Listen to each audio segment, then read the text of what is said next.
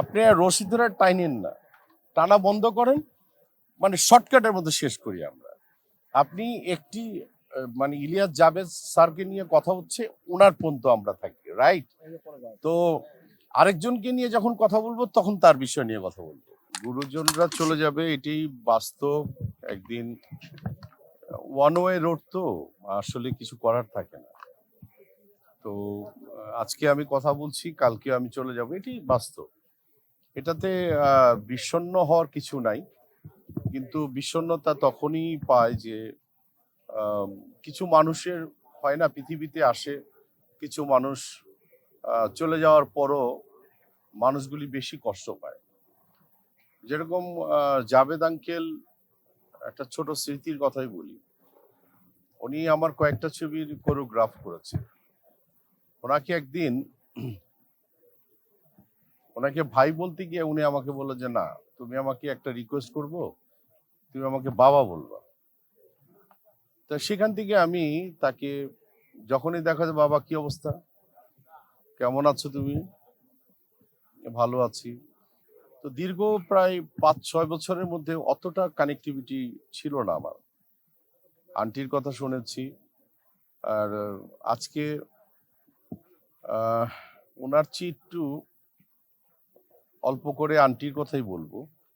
একটি মহিলা, যে মহিলা নাকি এত জৌলুস নিয়ে চলচ্চিত্রে আসছিলেন, জাভেদ সাহেবকে বিয়ে করার পরে 42 বছর সংসার করার পরে, আমি নারীদের উদ্দেশ্যে এই কথাগুলি বলবো। বিশেষ করে নারীরা, আপনারা একটু শুনে রাখেন, এরকম একটা জৌলুসপূর্ণ একজন মহিলা আমরা দেখেছি, তার জৌলসতা। 42 বছর সংসার করার পর 18 বছর যাবৎ সে অসুস্থ, কিন্তু তাকে বাচ্চা একটা শিশুর মতো করে সেবা করেছে, বড় করেছে। আন্টি বলতেছিল যে যেন কষ্ট না হয় আমার, এই জন্যই তার প্রতিনিয়ত সৃষ্টিকর্তার কাছে প্রার্থনা করতো আমাকে নিয়ে যাও। আসলে যেতে হবে, এটি তো বাস্তব।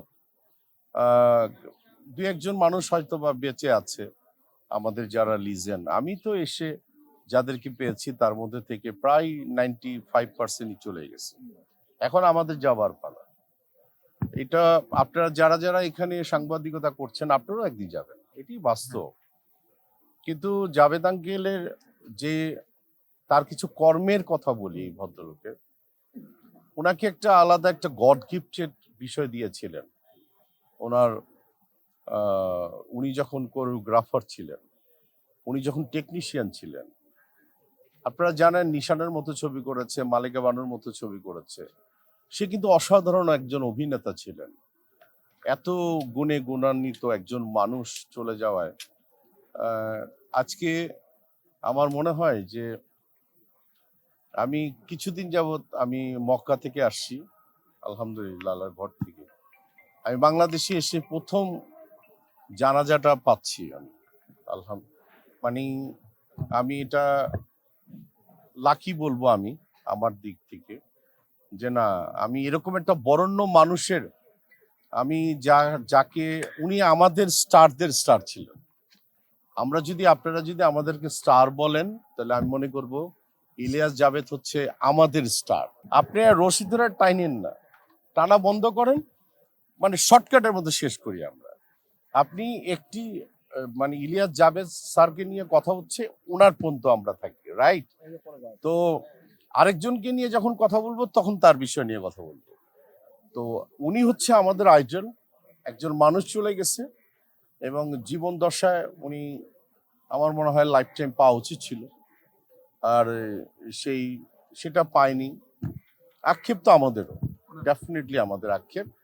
খালি কথা বলবো যে আল্লাহ সুবহানাহু ওয়া তাআলা, আপনি এই মানুষটাকে জীবন দশায় যে সম্মান দিয়েছেন, আপনি জান্নাতে ওরকমই সম্মান দান করবেন, এটুকুই বলছি। আক্ষেপের জায়গাটা তো একটা তৈরি হয়ে গেছে, তো বিগত 16-17 বছর একটা একটা মানে ফ্ল্যাকচুয়েট সময় ছিল। তারপরে তখনও সম্মানিত করা হতো, কিন্তু কোনটা আগে পরে এটা কেউই বুঝতে পারতো না। কিন্তু এখন যারা চলে গিয়েছে, মানে তাদের জন্য তো দোয়া ছাড়া কিছু করা নেই। আক্ষেপ তো দেখেন, প্রতিটা দেশই আক্ষেপ থাকে। আমি এটুকু বলবো যারা নাকি চলে যায়, হ্যাঁ, তাদের বেলা যেসব মানুষগুলি চলে যায় তাদেরকে ডেফিনেটলি রাষ্ট্র এবং চলচ্চিত্র, হ্যাঁ, রাষ্ট্রের জায়গায় যদি মানে যারা পরিচালনা করে তাদের ভিতরে যদি শস্যের মধ্যে ভূত থাকে তাহলেই প্রবলেমগুলি হয়। আর চলচ্চিত্রের যারা সিমিলার টাইমে যারা পরিচালনা করে বিভিন্ন, তাদের ভিতরে যদি শস্যের মধ্যে ভূত থাকে তাহলে এই প্রবলেমগুলি হতে পারে।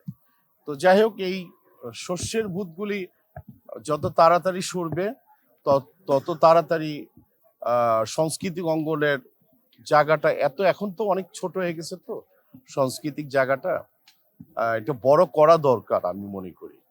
আর ছোট হতে হতে এরকম একটি ছোট জায়গায় চলে এসেছি যে এখন একটা মানুষ পাস করে যাওয়ার মতো রাস্তা নেই আমাদের।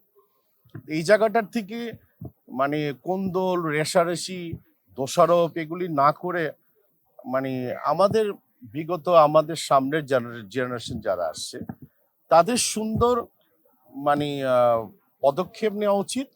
আমরা যারা সিনিয়ররা মোটামুটি বেঁচে আছি আমরা তার অনুসরণ করবো, বাস্তব।